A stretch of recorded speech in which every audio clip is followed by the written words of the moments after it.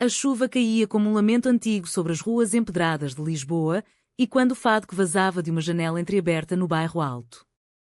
Ana tropeçou na calçada irregular, o salto do sapato enroscando-se numa raiz exposta de uma das figueiras centenárias que teimavam em sobreviver entre o concreto. O copo de vinho do Porto que levava na mão escorregou, estilhaçando-se no chão num som que parecia um grito abafado. Merda, murmurou ela, os olhos ardendo não só pela bebida derramada, mas pela mensagem que acabara de ler no telemóvel. A tua família sabe. Sai de casa antes que cheguem. O coração de Ana batia como o repique dos sinos da Sé de Lisboa em dia de procissão, mas não de festa, de funeral. Ela ergueu o olhar para o prédio decadente à sua frente, o número 17 da Rua da Barroca, onde dividia o quarto apertado com Beatriz há apenas 3 meses. 3 meses que haviam transformado o caos da sua vida de influencer em algo que ela mal ousava nomear amor. Ana era a criativa de Lisboa, como os seus 200.000 seguidores no Instagram a chamavam. Aos 28 anos, com cabelos cacheados que dançavam como as ondas do Tejo e um sorriso que vendia desde pastéis de nata artesanais até workshops de azulejos personalizados, ela navegava o mundo digital com a graça de uma fadista no palco do Senhor Vinho. Mas por trás dos filtros dourados e das stories cheias de sol, Ana escondia camadas de dúvida, um segredo que pulsava como o coração de um touro na tourada de Campo Pequeno. Ela amava mulheres desde os tempos de escola em Coimbra, onde as noites de fado estudantil a faziam sonhar com toques proibidos sob as luzes amareladas das tascas. Agora, em Lisboa, a cidade das 7 colinas e dos segredos sussurrados, esse amor ganhara forma em Beatriz. Beatriz, 26 anos, era a antítese perfeita da vida reluzente de Ana, uma bióloga marinha de Porto, com olhos castanhos profundos como o Oceano Atlântico que estudava e mãos calejadas de quem mergulhava em águas frias para catalogar corais ameaçados. Chegara a Lisboa fugindo do peso da família conservadora no norte, onde o mar era sinónimo de pesca e tradição, não de sonhos académicos.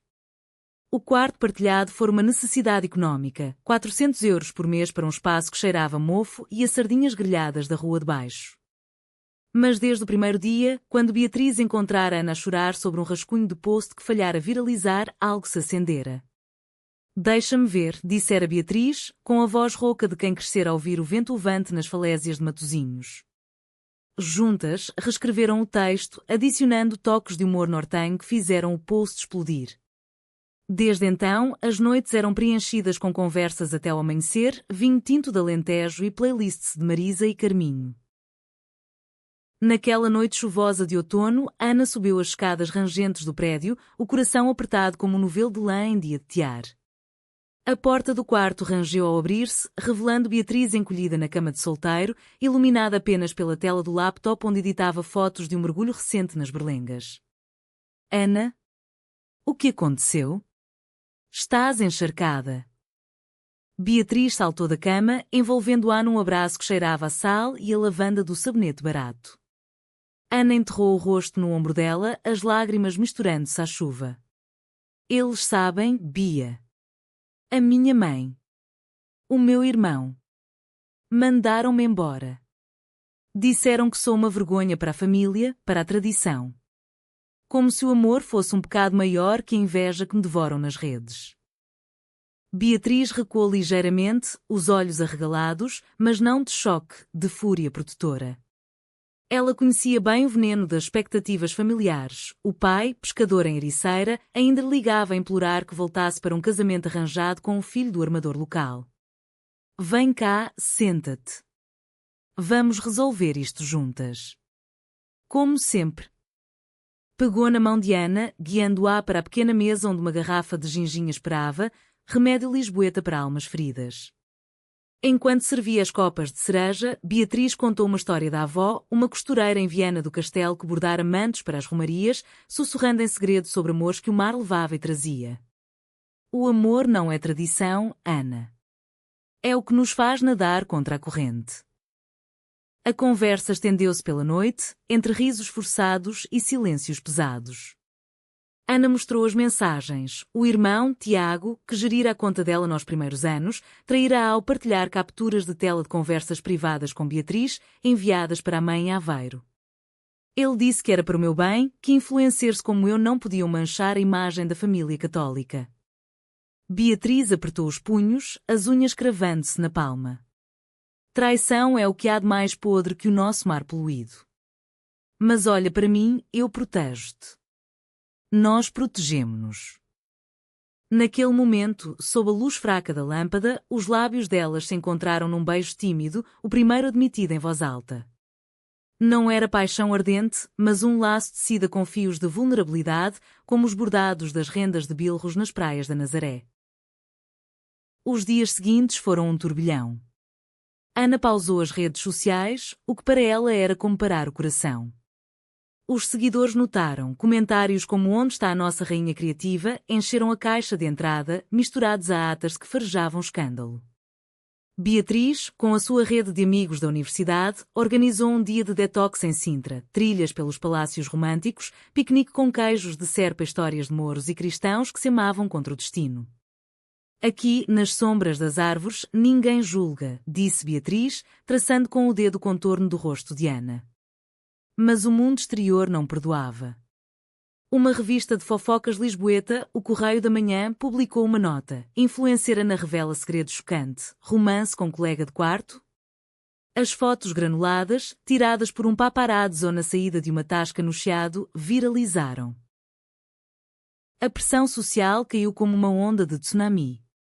A família de Ana cortou contactos, a mãe, devota de Fátima, enviou uma última mensagem: "Reza pelas tuas escolhas erradas, filha."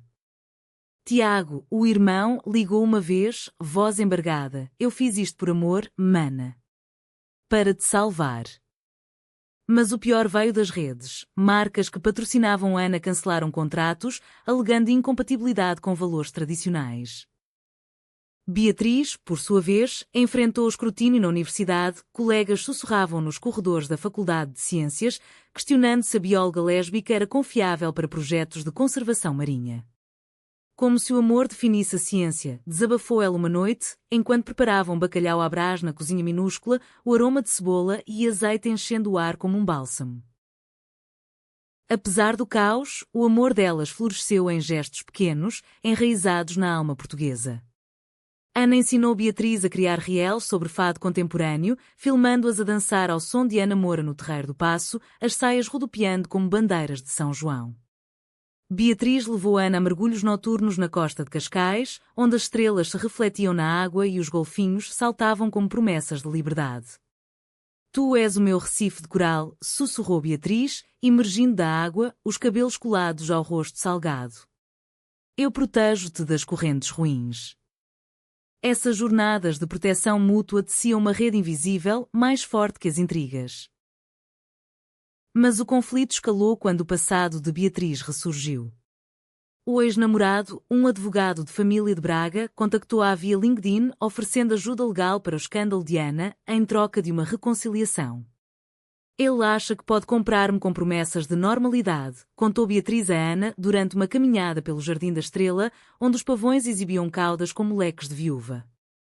Ana sentiu um ciúme agudo, misturado a medo. E se ele te convencer? E se o mundo lá fora for mais fácil sem mim?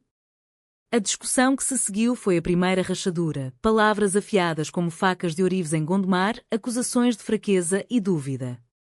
Beatriz chorou pela primeira vez na frente de Ana, admitindo: "Eu tenho medo, sim. Medo de perder-te para esta cidade que devora os seus filhos." O ponto de viragem veio numa noite de tempestade, quando o vento levava como o lobo das lendas minhota. Ana recebeu um convite inesperado, uma entrevista ao vivo no programa matinal da RTP, Bom Dia Portugal, para explicar o hiato nas redes.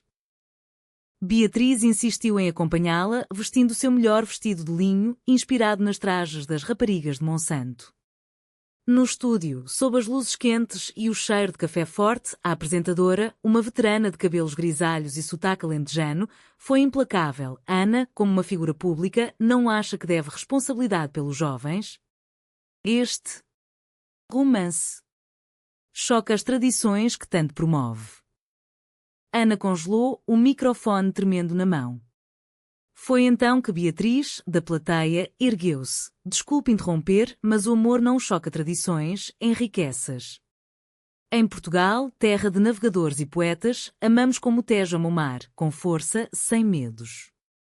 O estúdio silenciou, e Ana, com lágrimas nos olhos, pegou na mão de Beatriz ali mesmo, ao vivo. Ela tem razão. O meu amor por Beatriz é a minha maior criação. O escândalo explodiu, mas de forma inesperada. Em vez de ódio, veio um fluxo de apoio, mensagens de mulheres de todo o país, partilhando histórias de amor escondidos em vilas do Douro, de fado lésbico em tabernas de Coimbra. Marcas care-friendly contactaram Ana para parcerias. A Universidade de Beatriz ofereceu-lhe uma bolsa para um projeto sobre biodiversidade e inclusão. A família de Ana, tocada pelo gesto público, enviou uma carta hesitante da mãe. Eu rezo, filha, mas começo a entender que o teu Deus é maior que o meu. Tiago, redimido, ajudou a gerir a conta dela novamente, desta vez com orgulho. Anos depois, em 2030, Ana e Beatriz casaram-se numa cerimónia íntima no Mosteiro dos Jerónimos, com o mar a testemunhar. Ana, agora com 500.000 seguidores focados em narrativas LGBTQ+ portuguesas, e Beatriz, líder de uma ONG de conservação marinha, olhavam para trás como quem olha para o horizonte após uma tormenta. O amor nascera frágil, testado pela pressão social como o vinho testado pelo tempo, mas emergira resiliente, uma jornada de proteção mútua que provava, em Portugal, onde o fado canta saudade, o amor é saudades realizada. A calmaria pós-entrevista durou pouco. Lisboa, com sua dualidade de luz e sombra, não perdoava os que se expunham. Na manhã seguinte, enquanto Ana e Beatriz tomavam um pequeno almoço na padaria da esquina, pão de milho quentinho com manteiga de alentejo e café galão forte, o telemóvel de Ana vibrou incessantemente. Notificações de haters organizados, um grupo conservador católico, defensores da tradição portuguesa, lançaram uma campanha na fora das redes, acusando-a de corromper a juventude com agendas estrangeiras. Como se o amor fosse importado da América, resmungou Ana, mastigando o pão com raiva. Beatriz, sempre a âncora, pegou no telemóvel dela e bloqueou as contas tóxicas. Foco no que importa, nós. Hoje, vamos ao mercado da Ribeira para comprar ingredientes para um cozido à portuguesa. Cozinhar cura a alma. O mercado da Ribeira, ou Time Out Market, era um caldeirão de cheiros e vozes, peixe fresco das lotas de Setúbal, queijos de azeitão envoltos em folhas de videira e o burburinho de lisboetas de todas as idades negociando preços como em dias de feira medieval. Ali, entre bancadas de azeitonas e vinhos do Dão, Ana e Beatriz encontraram refúgio. Beatriz, com seu instinto nortenho para pechinchas, regateou um cabaz de legumes por metade do preço, rindo quando o vendedor piscou o olho. Para as duas beldades, é de graça o encanto. Ana, revigorada, filmou um story discreto, ingredientes para um amor caseiro. Vida real. Os comentários positivos inundaram. Força, meninas. Portugal evolui com vocês. De volta ao quarto, a cozinha improvisada tornou-se palco de intimidade. Beatriz picava cebolas para o refogado, lágrimas nos olhos não de dor, mas de memórias. A minha avó fazia assim em Vilar de Mouros, durante o Festival Folk. Contava histórias de sereias que amavam marinheiros ou outras sereias. Ana, amassando a massa para os pastéis de bacalhau, confidenciou. Eu sempre quis ser como a Sofia de Mel Brainer, poeta do mar e da liberdade. Mas o medo de ser eu mesma travava-me como âncoras enferrujadas. O vapor da panela subia como névoa matinal no Douro, envolvendo-as num abraço quente. Jantaram à luz de velas, restos de cera de romarias, brindando com um copo de vinhão, às nossas raízes que nos unem em vez de dividir. Mas a pressão não dormia. Na semana seguinte, Beatriz recebeu uma chamada da reitora da universidade. O seu projeto sobre os recifes da Madeira está aprovado, mas há preocupações com a sua imagem pública. Alguns doadores católicos ameaçam retirar fundos. Beatriz, no gabinete apertado da faculdade em Alcântara, sentiu o chão tremer como num sismo do Atlântico. É discriminação velada, Ana.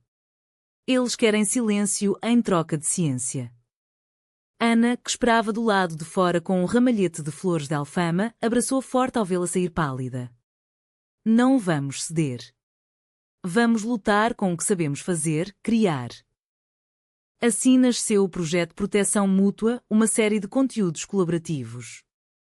Ana usou a sua influência para lançar um podcast, O Fado das Ondas, onde entrevistava mulheres portuguesas sobre amores não convencionais. O primeiro episódio, gravado no estúdio improvisado do quarto com um microfone USB, foi com uma fadista idosa de Alfama, Dona Rosa, que confessou: "Eu amei uma bailarina nos anos 50, durante o salazarismo. Escondia-mo-nos nas caves de vinho, cantando fados proibidos. O amor é como o vinho, melhora com o tempo, mesmo azedo." Beatriz contribuiu com segmentos científicos. Os corais protegem-se mutuamente das ondas, nós, humanos, devíamos aprender.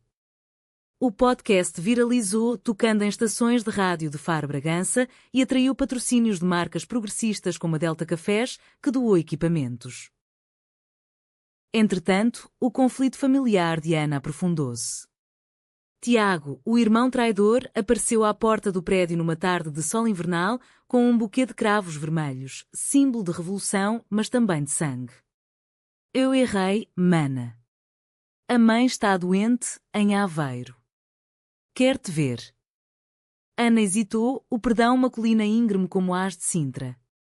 Beatriz, ao lado, sussurrou: "Vai. Mas eu vou contigo." Proteção mútua, lembra? A viagem de comboio para Aveiro foi silenciosa, o Douro passando como uma fita verdejante pela janela. Na casa de família, com cheira caldeirada de peixe e orações murmuradas, a mãe de Ana jazia na cama, frágil como porcelana de vista alegre. "Filha, eu via o diabo nas tuas escolhas. Mas vi-te na televisão, de mão dada. Parecias feliz." Lágrimas escorreram e, pela primeira vez, a mãe tocou na mão de Beatriz. "Cuida dela, rapariga do norte. O mar ensina resiliência." O regresso a Lisboa trouxe uma trégua, mas o verdadeiro teste veio com a traição inesperada de um aliado. Uma amiga comum, Sofia, designer de azulejos que colaborara com Ana em workshops, vazou áudios privados do podcast para um blog sensacionalista. Era para ajudar, para viralizar mais, justificou-se Sofia num café no Chiado, olhos evasivos. Mas o dano estava feito. Os áudios editados distorciam as palavras de Dona Rosa, pintando-as como propaganda anti-tradição. A fúria de Ana foi como um fado raivoso. Traição de novo? Pensava que eras família. Beatriz, contendo a própria decepção, interveio. Perdão não é fraqueza, mas escolha. Vamos transformar isto em arte. Elas criaram uma instalação urbana, azulejos personalizados com frases do podcast colados em muros de Belém. Amor é Recife, não rocha solitária. A polícia removeu-os à noite, mas fotos circularam, inspirando o movimento de street art que era em Lisboa. A cidade, outrora indiferente, começava a mudar, como o Tejo que eroda as margens com paciência infinita. O verão chegou a Lisboa como uma romaria de São António, enchendo as ruas de manjerico e sardinha assada, mas para Ana e Beatriz era estação de colheita amarga doce. O podcast Fado das Ondas atingiu o top 10 no Spotify Portugal, com episódios gravados em locais icónicos. Um sobre amores trans no Cais do Sodré, outro com pescadoras de Vieira do Minho falando de solidariedade feminina. Beatriz, promovida a coordenadora do projeto marinho, viajou para as Açores por 2 semanas, mergulhando em águas vulcânicas para mapear corais ameaçados pelo aquecimento global. Penso em ti debaixo d'água, escreveu numa mensagem, anexando uma foto de um peixe-palhaço mudando de género, metáfora perfeita para a fluidez delas. Ana, sozinha no quarto, lutava com a solidão. As redes sociais, agora um campo minado, exigiam conteúdo constante, lives sobre resiliência criativa que mascaravam noites de insónias. Foi numa dessas lives, transmitida do mirador da Senhora do Monte, com a cidade aos pés como um tapete de luzes, que o passado bateu à porta, literalmente. Sofia, a traidora, apareceu com um pedido de desculpas e uma proposta, uma exposição conjunta em Porto. Azulejos quer para o Festival de Arte Contemporânea. Redime-me? Ana, com o coração dividido como um mapa de Portugal entre norte e sul, aceitou. Pela arte, não por ti. A viagem a Porto foi uma ponte sobre abismos. Beatriz juntou-se a elas no comboio Alfa pendular, trazendo conchas das Açores como talismãs. Porto, com suas ribeiras gótica e o cheiro a tripas à moda do Porto nas tascas da Baixa, acolheu-as como uma mãe relutante. A exposição, no espaço vazio da Galeria Municipal, chamava-se Produções Tecidas, painéis de azulejos onde histórias de amor lésbico se entrelaçavam com padrões tradicionais de arabescos mouros. A abertura, numa noite de junho úmida, atraiu multidões, artistas, ativistas e curiosos. Dona Rosa cantou um fado original. Nas sombras do Douro, duas almas se encontram, tecendo redes contra o vendaval. Mas o clímax irrompeu quando o pai de Beatriz, o pescador de Ericeira, surgiu na multidão. Alto, com mãos como redes envelhecidas e olhos tempestuosos, ele confrontou-a no canto da galeria. Mulher minha, o que é isto? Amores de cidade, longe do mar que te criei para honrar? Beatriz, o peito apertado como uma concha fechada, respondeu com voz firme. Pai, o mar ensina que o amor fluía em todas as direções. Não contra mim, comigo. Ana, ao lado, ofereceu a mão, mas o pai recuou, murmurando, vergonha para o nome da família. Ele saiu, deixando um silêncio que ecoou como o sino da torre dos clérigos. A traição familiar cortou fundo. Beatriz mergulhou numa depressão silenciosa, cancelando mergulhos e ignorando chamadas. Ana, desesperada, organizou uma jornada de cura, uma road trip pelo Alentejo, terra de planícies infinitas e vinhos que curam feridas. Alugaram um carro velho em Évora, dirigindo por estradas bordadas de sobreiros, parando em vilas como Évora Monte para provar porco preto e ouvir contos de moras encantadas. Numa noite, sob estrelas como as de um manto de Nossa Senhora da Rocha, Beatriz desabafou, sinto-me traidora do meu sangue. Como se o norte me reclamasse de volta. Ana, traçando constelações no céu, respondeu, o sangue não define, o coração sim. Lembra o fado, tudo isto é saudade, mas a nossa é de futuro. O turning point veio em Monsaraz, num castelo medieval onde Guadiana serpenteia como um amante relutante. Encontraram uma romaria local, com ranchos folclóricos dançando ao som de acordeão e viola. Uma idosa, tecelando tapetes de arraiolos, puxou-as para a roda. Amor é fio, meninas. Cruzem-nos sem medo. Dançaram, saias rodopiando, risos libertando-se como pássaros. Beatriz, pela primeira vez em dias, sorriu de verdade. Tu és a minha proteção, Ana. Contra o mundo todo. De volta a Lisboa, o podcast ganhou um episódio especial, Heranças Traídas e Tecidas, gravado com o pai de Beatriz convidado remotamente, uma reconciliação tensa, mas honesta. Eu errei, filha. O mar leva muito, mas ensina a soltar. O episódio tocou milhões, inspirando cartas de famílias divididas de Trás-os-Montes Algarve. Contudo, a pressão social atingiu o pico com uma petição online contra o podcast, liderada por políticos conservadores no Parlamento. Conteúdo imoral em mídia pública. Ana e Beatriz enfrentaram audiências em comissões culturais, defendendo-se com paixão. Portugal é nação de explorações emocionais também. A vitória veio quando uma coalizão de artistas, de Amália Rodrigues póstuma a jovens rapas da Amadora, assinou uma contrapetição. O amor delas, testado como ouro no fogo, emergiu puro. Outono tingiu Lisboa de ocre, como as folhas de castanheira nas festas de São Martinho. Ana e Beatriz, agora inseparáveis como o vinho e a rolha, expandiram o projeto Proteção Mútua para workshops presenciais. Em Alfama, ensinavam a criar joias inspiradas em filigranas de Gondomar com temas quer. Em Belém, aulas de navegação simbólica no Tejo, metaforizando os jornais de identidade. Cada onda é um teste, dizia Beatriz, enquanto Ana filmava, o sol poente dourando as velas das caravelas imaginárias. O romance delas aprofundava-se em rituais diários, enraizados na tapeçaria portuguesa. Domingos eram para missas não religiosas, caminhadas pelo Parque Eduardo VII, partilhando maçãs assadas de feira e sonhando com uma casa própria em Cascais. Ana, com sua criatividade efervescente, surpreendia Beatriz com poemas manuscritos em papel de estame de Porto Alegre. Teus olhos, marés que me arrastam para portos de paz esquecidos. Beatriz respondia com conchas gravadas, mapas de corais que traçavam a mais B em relevo. Mas o conflito reacendeu com a chegada de um novo aliado, ou assim pensavam. Miguel, um jornalista de investigação do Público, contactou Ana para um perfil aprofundado, Mulheres que Mudam Portugal. Carismático, com sotaque madeirense e olhos que prometiam empatia, ele entrevistou-as no quarto, bebendo chá de ervas de luso.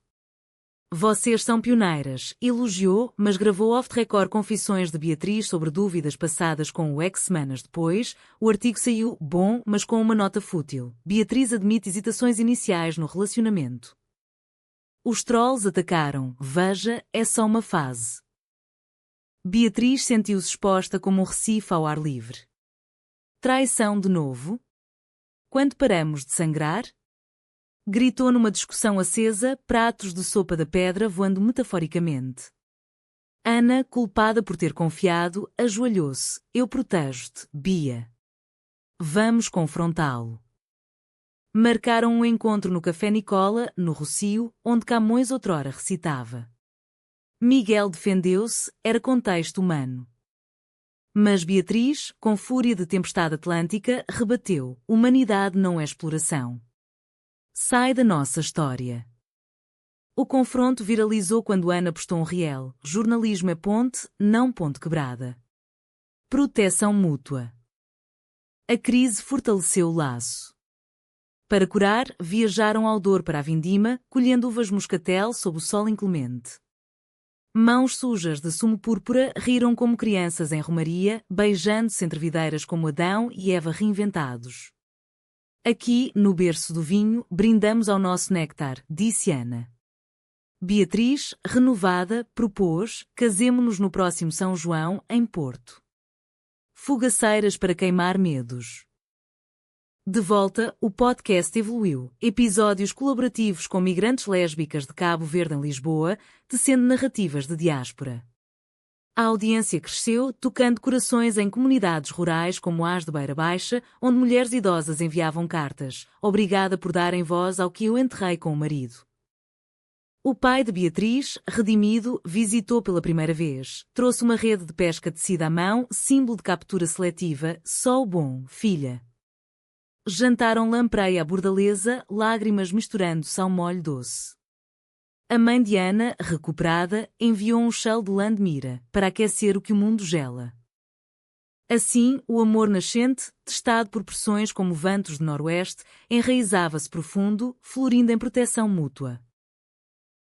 Inverno trouxe geadas ao Tejo, mas o fogo interior de Ana e Beatriz ardia.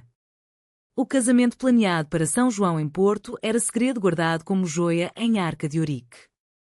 Ana desenhava convites com motivos de azulejos de Sacavém, Beatriz organizava o banquete, cabrito assado do Minho e vinhos do Porto para brindar. Seremos a primeira união que er na nossa rua de infância, ria Beatriz, imaginando as fogueiras de Santo António. Mas o ápice da pressão veio com uma crise nacional. Um projeto de lei anti-LGBTQ+ ganho tração no Parlamento, patrocinado por deputados do Chega, alegando preservar valores familiares portugueses. O podcast foi citado como exemplo de lavagem cerebral. Ana e Beatriz foram convocadas para um debate na SIC Notícias, estúdio frio como uma adega de bairrada. Frente a um painel de conservadores, um padre de Évora citando a Bíblia, uma socióloga de Braga falando de decadência moral, elas defenderam: Portugal navegou oceanos por amor à descoberta.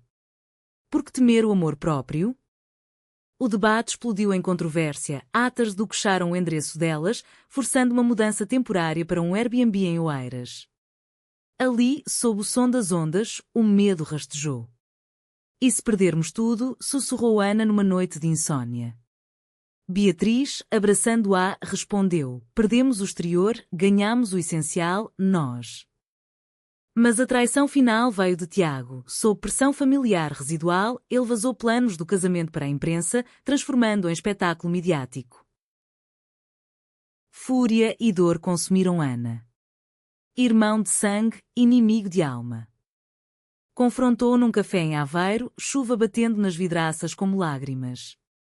Tiago chorou, eles ameaçaram cortar-me o herdeiro da fábrica. Mas eu errei de novo. Beatriz, presente, ofereceu perdão condicional: redime-te publicamente, ou fica no passado. O clímax irrompeu na véspera do São João. Uma manifestação contra o casamento, organizada por radicais, bloqueou a rua em Porto. Fogos de artifício misturaram-se a gritos, manjericos pisoteados no chão. Ana e Beatriz, de mãos dadas no altar improvisado na Ribeira, enfrentaram a multidão. Amo-te contra o mundo, gritou Ana, microfone na mão. Beatriz, e eu protejo-te, como o Douro protege as suas uvas. A polícia interveio, mas o vídeo ao vivo tocou o país. Em vez de ódio, veio solidariedade. Milhares marcharam em Lisboa, Porto, Faro, cantando Grândola, Vila Morena adaptada para Amor Quer. O casamento prosseguiu ao amanhecer, com o sol nascendo sobre o Douro como bênção.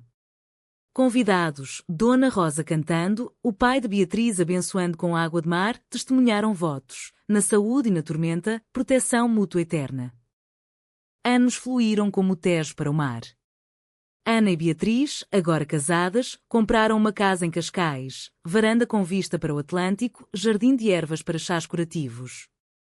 O podcast evoluiu para uma fundação, Redes de Proteção, financiando arte e ciência que era em Portugal, de Moraes em favela do bairro da Jamaica a bolsas para biólogas trans nas Açores.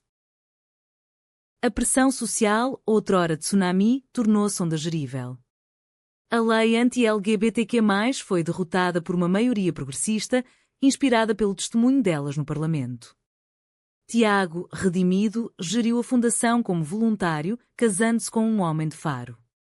A mãe de Ana fundou um grupo de apoio em Aveiro para mães de filhos LGBTQ+. O pai de Beatriz velejava com elas, contando lendas de sereias lésbicas nas berlengas.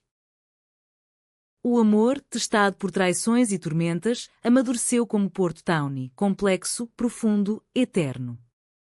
Numa noite de lua cheia, na praia de Guincho, Ana e Beatriz dançaram fado ao som de ondas. Nossa jornada foi de proteção mútua, disse Ana.